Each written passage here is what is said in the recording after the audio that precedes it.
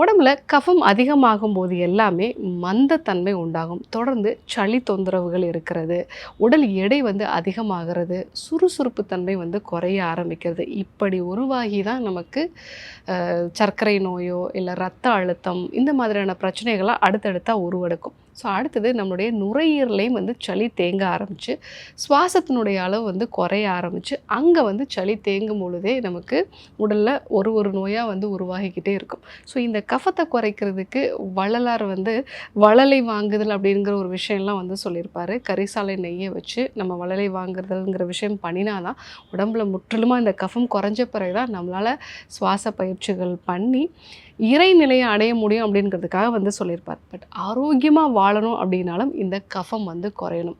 இந்த கஃபத்தை குறைக்கிறதுக்கு முக்கூட்டு சூர்ணம், இந்த முக்கூட்டு சூர்ணத்தில் என்னென்ன இருக்குது அப்படின்னா வெள்ளை கரிசாலை, தூதுளை, முசுமுசுக்கு, இது கூட சீரகமும் வந்து சேர்த்துருப்பாங்க.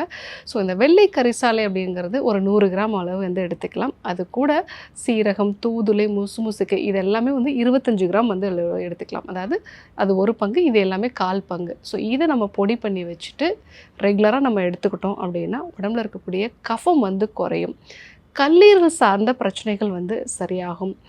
நோய் எதிர்ப்பு சக்தி நல்லாவே வந்து இம்ப்ரூவ் ஆகும். சர்க்கரை வியாதி இருக்கிறவங்க, ரத்த அழுத்தத்தினால பாதிக்கப்பட்டவங்க, செரிமான கோளாறு இருக்கிறவங்க, மலச்சிக்கல் சார்ந்த பிரச்சனை, நல்ல இரவு தூக்கம் வந்து எனக்கு இல்லை, உடம்புல அதிகப்படியான பித்தம் இருக்குது அப்படின்னு சொல்லக்கூடிய நபர்களும் இந்த ஒரு முக்கூட்டு சூரணத்தை ரெகுலராகவே நம்ம வந்து பயன்படுத்தலாம்.